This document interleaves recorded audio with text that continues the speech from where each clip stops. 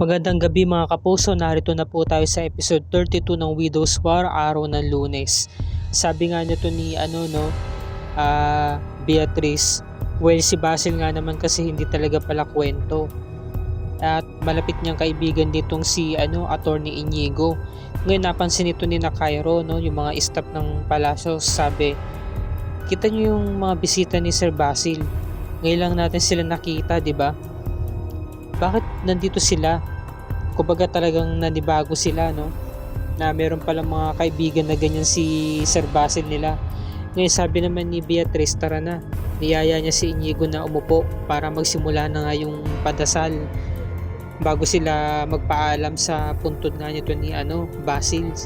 Ngayon, habang sila tahimik at naghihintay nga na matapos nga si Father na sa kanyang sinasagwang misa, talagang nagluluksa sila, sobrang bigat ng kanilang nararamdaman, sobrang lungkot habang pinagmamasdan nila yung picture frame ni Basil na alala ni Galvan, yung anak niya nung nagkasagutan sila mag-ama, diba, nasuntok niya na malakas. Nagkakaroon sila ng mga flashbacks, mga pangit na pangyayari. Naalala naman ni Jericho yung muntikan na silang magsuntukan ni Sir Basil niya. Tapos ito namang si Peter, siya kasi naglilingkod kay Basil, diba? Dinadamitan niya. Ito namang si Tita Aurora niya.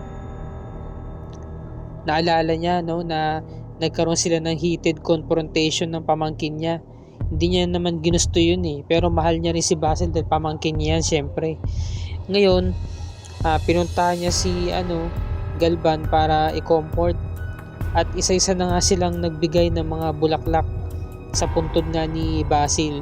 Ito namang half-sister niya na si Sophia, naalala yung sagutan nila nung mismong birthday ng kuya niya. So malungkot din kahit na nagkakasagutan sila, syempre pamilya pa rin sila. At sumunod na nga tong si Inigo, nagbigay din siya ng bulaklak. At ang huling nagbigay ng bulaklak sa kanila, walang iba kundi si George. Hindi pa rin talaga niya matanggap na patay na yung asawa niya. Hindi pa rin nagsisink in sa isipan niya, diba? Sa utak niya na wala na talaga. Ito namang si Galvan, talagang nagluluksa, nangihina na. Ginabayan siya ni Aurora. Sabi man ni Galvan, George, tara na, umuwi na tayo. Sabi man ni George, dito lang po muna ako, Papa. Gusto ko lang po muna makasama ang asawa ko. Sabi naman ng nanay niya, si Ruth, hintayin ka namin bumalik sa bahay. Ganoon din si Edward. Ngayon, sila na lang dalawa ni Inigo ang naiwan dun sa loob ng funeral sa museo nga ni Basil. Hanggang sa lumabas na nga si Inigo, bakas talaga sa mukha niya na talagang apektado siya sa nangyari sa pagkamatay ni Basil, So talagang ang pakiramdam natin, baka siya talaga yung kabit ni Basil, di ba, si Inigo? So ito, naalala ni George na yung mga panahon na pinagtatanggol siya ni Basil. Si Basil yung nagsilbing niya knight in shining armor, di ba, tagapagtanggol.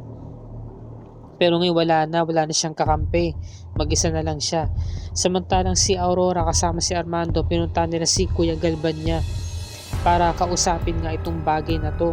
Hindi pa raw ito dapat na pag-usapan, itong bagay na to, dahil nga kalilibilan ng anak niya, pero kailangan daw. Ngayon sabi naman ni Galvan, anong ibig mo sabihin? Iniba ni Aurora yung sinabi niya rito. Sabi niya, masyado pa tayong bata yung mga anak natin para sila yung mawala, 'di ba? Hindi tayo handa. Tayo yung bumubuhay sa kanila, pero tayo rin yung naglilibing sa kanila, 'di ba? Ikaw, mabuti ka pa nga, meron ka pang anak, si Sophia. Samantalang ako, inaasahan ko yung magiging apo ko sa anak ni Napa ko, sa ni Sam, 'di ba? So pares tayong merong hinihintay. Sabi man ni Galvan, napaka-unfair ng mundo. Hindi niya talaga matanggap na nawalan sila ng mga minamahal sa buhay, mga anak pa nila. So nagwala rito si Galvan, naghagis siya ng baso. Samantalang kinukomfort siya ni Aurora, umiiyak din. Ngayon ito namang mga tauhan ng palasyo sa state, tumatakbo na para sumilong na sila dahil nga ang lakas na ng kulog at kidlat, paulan na. Habang nagmamadali si Jericho, nahulog niya yung wallet niya. Kasunod niya si Peter, nakuha ni Peter yung wallet. Sabi niya, oy Jericho, naiwan mo yung wallet mo. Teka, ang daming laman nito Kinalikot niya yung laman. Ngayon nung nakita niya yung ID ni Jericho, pinagmasdan niya. At doon niya napagtanto yung apelyido nito, isa pala siyang Palacios. 'Di ba?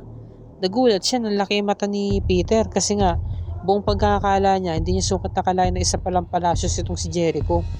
Sabagay hindi naman nila alam ang apelyido nito, tinago niya 'di ba? Domo kasing ginagamit niya apelyido eh. Ngayon nung kinuha na nga ni Jericho yung kanyang wallet, bago pa man mangyari yon, kinakapa niya na yung bulsa niya. Paglingon niya sa likod, na kay Peter na yung wallet niya at dali-dali siyang lumapit dito, tumatakbo siya. Sabi ni Peter, bungad niya, isa kang Palacios? Bakit dito ka nagtatrabaho? Ba't nagtatrabaho ka? Kasi kung tutusin nga, di ba, amo niya tong si Jericho dahil isa palang Palacios. Wala na lang ibang sinabi si Jericho kundi, tara Peter, mag-usap tayo. Samantala, ito na, inabot na nga ng gabi itong si George dito sa funeral or sa museo ni Basil. Pinuntahan siya ni Samantha, nakapayong dahil sobrang lakas nga ng ulan. Nagulat si George, anong ginagawa ni Sam? Sabi niya, anong ginagawa mo dito? Sabi naman ni Sam, George, nandito ako para makiusap sa'yo para hingan ng tulong mo. Ano ibig mo sabihin? Walang kasalanan si Francis. Alam ko na hindi siya may gawa ng paglason kay Basil. Hindi siya lumason dito, inosente siya.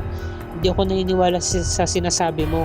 Oo, maaari nga wala ang kasalanan si Francis, hindi nga siya kriminal. Pero ginamit mo ang kapatid mo para patayin ang asawa ko. Ikaw lang talaga may motibo nun, di ba? Kinuha mo yung morphine ng kapatid mo at nilason mo ang asawa ko. Sabi naman ni Samantha, ba't ko naman gagawin yun? Hindi, talagang gagawin mo yun dahil gusto mo hindi ako maging masaya. Palibasan na walang ka na ng asawa kaya gusto mo ganun din ang mangyari sa akin. Ikaw ang totoong pumatay kay Basil. Sabi naman ni Sam, hindi totoo yan George. Walang patunay yung mga pinagsasabi mo. Talagang nagkasagutan na sila dito, di ba? Ikaw magkakaanak ka, ako wala. Tapos ngayon nawalan ka ng asawa. Ako naman tong sinunod mo. So talagang napaka warped nito ni George. Kinuha niya yung mga bulaklak at pinaghagi si Samantha. Tapos kinaradkad siya palabas, sinabunutan siya. Halika rito, dito tayo magtuos. Bitawan mo ako George, bitawan mo ako. So naitulak ni Samantha itong si George. Nagulat si George, sabi ni Samantha, ba't ako lagi pinagbibintangan mo ha sa mga gantong pangyayari? Hindi ba ikaw nga itong may motibo na patayin ang asawa mo? Ano ibig mo sabihin? Ba't ko naman papatayin ang asawa ko? Hindi ikaw. Bakit alam mo? Nagkaroon ka na interest doon sa bag ko nung gabing yun. Naalala niya, di ba? Tinanong kasi ni George kay Sam kung bag niya ba raw yun. Ano? Dahil ba alam mo na mayroong kabit si Basil? Kaya gusto mo siyang patayin? O di kaya naman alam na kasi ni Basil na baog ka, hindi ka magkakaanak, kaya inunahan mo na siya.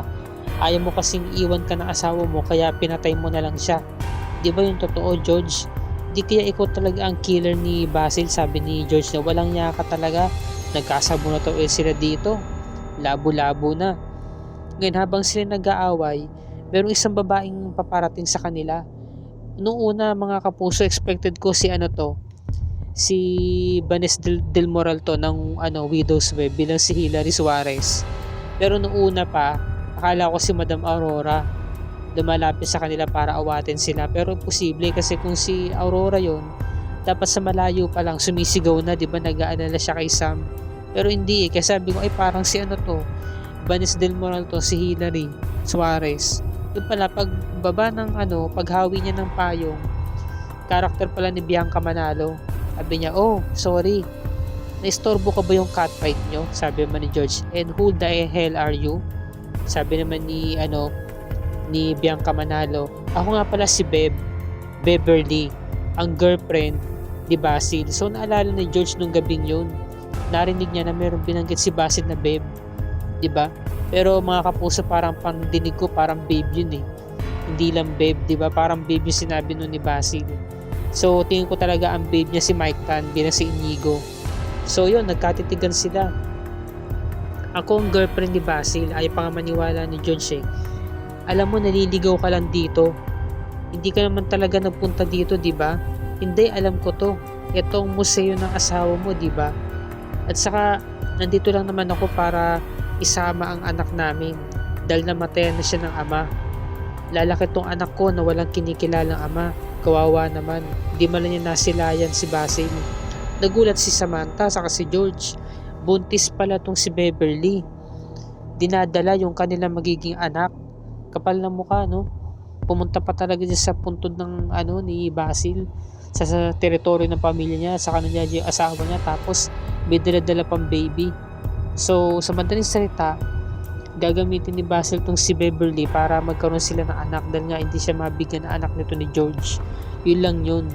So baka nga mangyari nito kapag nakuha na ni Basil yung magiging anak niya kay Beverly, magkatuluyan na silang dalawa ni Inigo, diba? Para magkaroon sila ng baby. Baka ganun yung plot twist ng kwento eh. So nagiging spoiler na tayo. So nag-i-imagine na tayo ng mga mangyayari in the future. So dito na po nagtatapos ang review and recap para sa gabing ito, mga kapuso. Kung bago ka pa lamang sa akin channel, i-like mo na ang video na to at i-share mo na rin sa iyong social media platforms. I-click mo na rin ang subscribe with bell icon para lagi ka updated sa mga episodes ng Widow's War and other GMA shows tulad nito. Maraming salamat po sa inyong panonood, mga kapuso, and God bless us all.